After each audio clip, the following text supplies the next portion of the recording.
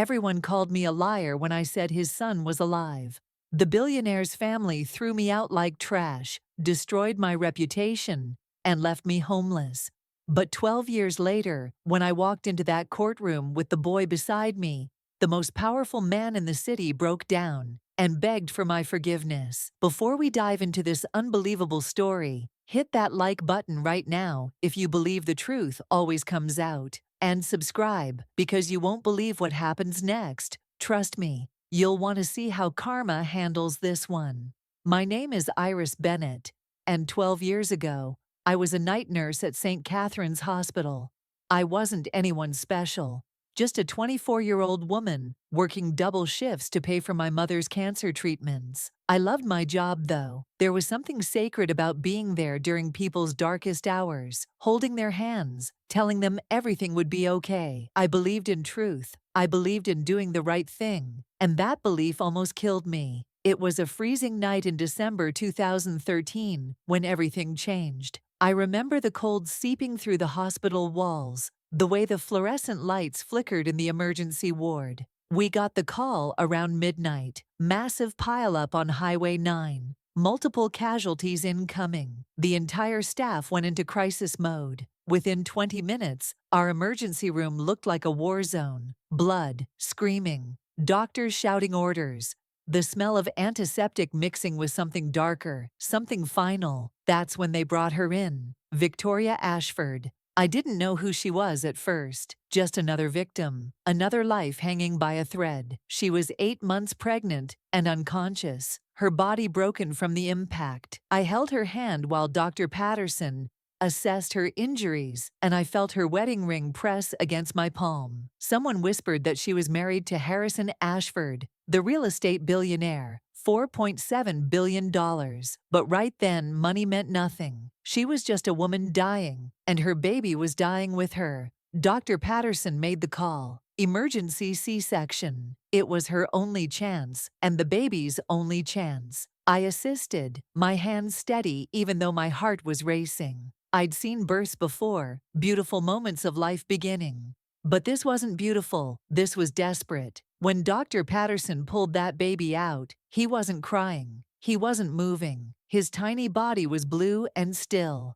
Dr. Patterson worked on him for 8 minutes. Chest compressions, oxygen, everything we had, nothing. He looked at me with those tired eyes and said the words that would haunt me forever. Time of death, 12:47 a.m. Victoria died 3 minutes later. I've never felt a silence like that. It was like the whole universe held its breath. They asked me to take the baby to the morgue. Standard procedure, they said. I wrapped him in a white blanket, this tiny person who never got to live. And I started walking down that long, empty corridor. My tears were falling on the blanket. I was praying, even though I wasn't sure I believed in God. And then I heard it, the smallest sound, like a kitten mewing, like a whisper from another world.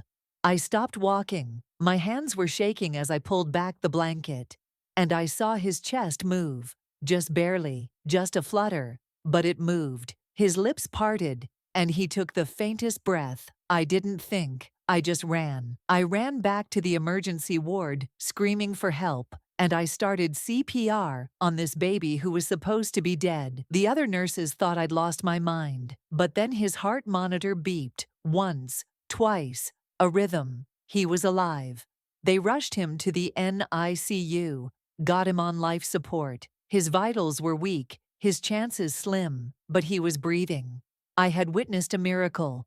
I reported it immediately to the hospital administration, my hands still shaking, my voice breaking as I told them what happened. They looked at me like I'd grown a second head, but they made the call. They contacted Harrison Ashford. He arrived an hour later with his family. I'll never forget the first time I saw Harrison Ashford. He wasn't what I expected. Despite his billions, despite his power, he looked like any other father, devastated, desperate, running on pure hope. But his mother, Eleanor, was different. She walked in like she owned the air everyone else was breathing. Cold blue eyes, designer clothes, even at 2 in the morning, and a look on her face that said she didn't trust anyone in that hospital. His brother, Donovan, was right behind her, already on his phone, already calculating, already suspicious. Harrison wanted to see his son immediately. The doctors explained the situation. The baby was critical, 50-50 chance of survival. They'd need to monitor him constantly. And that's when Eleanor turned those ice-cold eyes on me. Why didn't the doctor know he was alive? Why was it only you, a nurse, who noticed? The way she said nurse made it sound like an insult. I tried to explain about the gasp, about checking the baby, about the miracle of it all, but she just stared at me like I was lying. Donovan stepped closer, his lawyer voice already active. "This seems awfully convenient. Are you trying to extort our family?" I couldn't believe what I was hearing. I'd just saved a baby's life, and they were accusing me of what? Fabricating it. For money. Harrison told them to stop, but I could see the doubt creeping into his eyes too. The Ashford family had power, and people with power learn not to trust anyone. The hospital launched an immediate review. Dr. Patterson was questioned. He stood by his assessment. The baby had been dead. No pulse, no breath, no signs of life. He'd done everything by the book, so either he was wrong or I was lying. Eleanor made sure everyone knew which option she believed. "You're doing this for attention, for money. My grandson died with my daughter-in-law, and you're giving this family false hope for your own gain." That night, the baby's condition worsened. He went into cardiac arrest at 3:47 a.m. Despite everything the NICU team did, he didn't make it. They declared him dead, and this time, there was no coming back. Eleanor found me in the hallway. She didn't yell. She didn't have to. Her voice was quiet and sharp as a blade. "See, there was no miracle. You gave us false hope. You're not a hero. You're a monster." Harrison was standing behind her, his face hollow with grief. He looked at me, and I saw something die in his eyes. Get her out of my sight. That's when my nightmare began. The hospital suspended me pending investigation. But Eleanor Ashford wasn't satisfied with that. She wanted me destroyed. Within 48 hours, the story was everywhere. Nurse fabricated miracle baby story to exploit grieving billionaire. My face was on the news. My name dragged through every media outlet in the country. The hospital board made their decision quickly. I was fired for gross misconduct and emotional exploitation of a grieving family. But Eleanor didn't stop there. Donovan filed a $2 million lawsuit against me for emotional distress. I couldn't afford a lawyer. I could barely afford food. My nursing license was suspended. No hospital would touch me. I was radioactive. My former colleagues wouldn't even look at me. They were terrified of the Ashford family's reach. My mother died 3 months later. The stress from the scandal, the media camping outside our apartment, the constant phone calls from reporters. It was too much for her fragile heart. I held her hand as she passed, and she whispered, "I know you told the truth, baby. I know." But her knowing didn't pay the bills. It didn't stop the eviction notice. It didn't stop me from becoming homeless at 25 years old. I lived in shelters. I worked cash jobs that didn't require background checks. I ate at soup kitchens. There were nights I stood on bridges and wondered if it would be easier to just let go. But every time I closed my eyes, I heard that baby's gasp. I felt his chest move under my fingers. I knew what I'd witnessed was real. The truth was all I had left. 2 years crawled by like that. I was working at a laundromat, sleeping in a women's shelter, invisible to the world. That's when I received the letter. No return address, just my name on a white envelope slipped under the shelter's door. Inside was a single piece of paper with an address, St. Mary's Orphanage, 3 states away, room 7, and 5 words, "The boy lives. Come alone." I thought it was cruel. Someone playing games with a broken woman. But I had nothing to lose except bus fare, so I went. The orphanage was old, quiet, run by nuns who'd probably never heard of the Ashfords. I asked for room 7, and Sister Margaret led me down a hallway that smelled like old books and lavender. She opened the door, and I saw him, a 2-year-old boy with dark curly hair, playing with wooden blocks on the floor. He looked up at me with eyes that were too familiar, and my heart stopped. I knelt down, pretending to help him with the blocks, and that's when I saw it. Behind his left ear, a crescent moon-shaped birthmark. I'd read Victoria Ashford's medical records. She'd had the same mark. This wasn't just any child. This was Harrison's son. Sister Margaret saw my face go white. She closed the door and told me to sit down.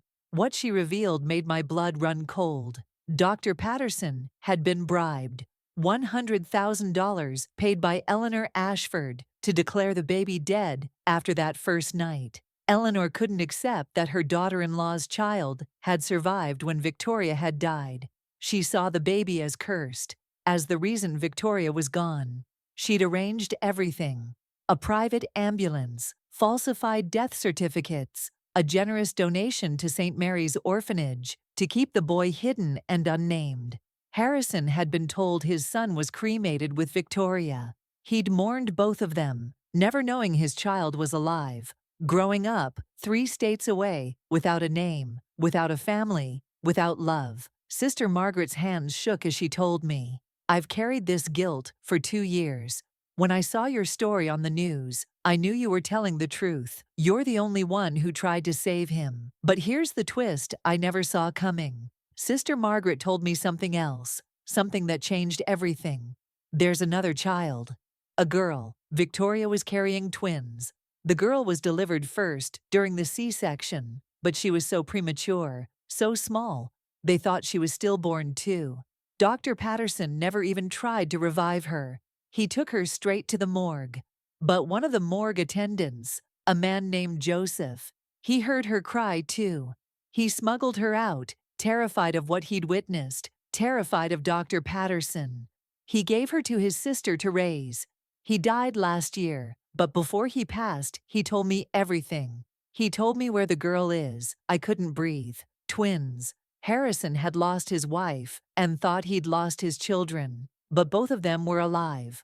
Both of them had been stolen from him by his own mother. I spent the next 10 years building my case. I worked 3 jobs, saved every penny, hired a private investigator. I found the little girl, Lily, being raised by Joseph's sister in another state. She had the same birthmark, the same eyes. I collected evidence, bank transfers to Dr. Patterson, testimony from the guilty nurse who'd witnessed the bribe, Dr. Patterson's deathbed confession that he recorded before dying of cancer in 2023. I stayed close to both children as a volunteer, watching them grow, waiting for the right moment. That moment came in 2025. Eleanor Ashford was being sued by Harrison for control of the family trust. Their relationship had deteriorated over the years, Harrison never forgiving his mother for how cold she'd been after Victoria's death. The trial was all over the news. I contacted Harrison's legal team with my evidence.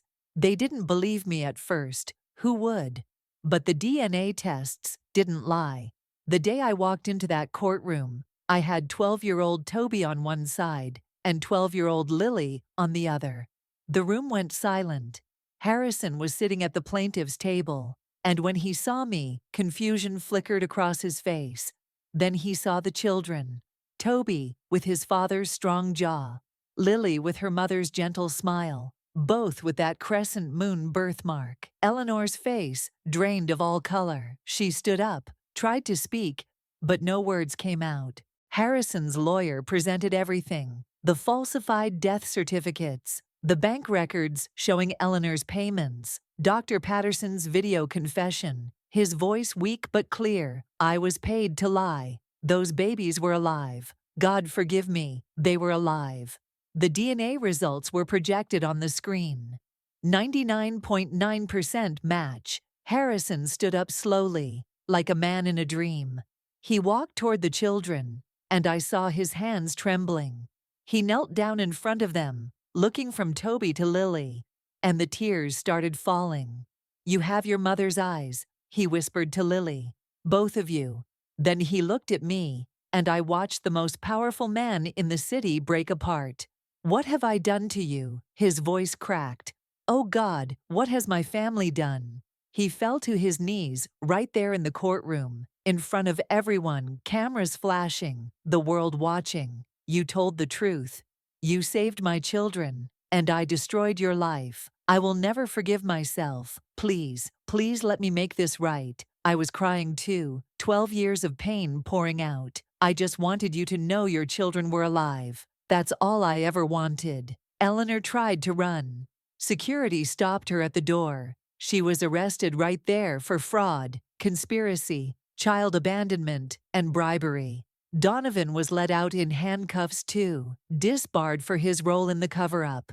The Ashford empire, built on ruthlessness and control, crumbled in a single afternoon. Harrison settled with me privately. $10 million. Though I didn't want it, I took enough to rebuild, to honor my mother's memory with a free clinic in her name. The rest I donated. Harrison created the Iris Bennett Foundation, $50 million, to support nurses who advocate for patients against impossible odds. But the real gift wasn't money. It was watching Harrison become a father, watching Toby and Lily learn what it meant to be loved.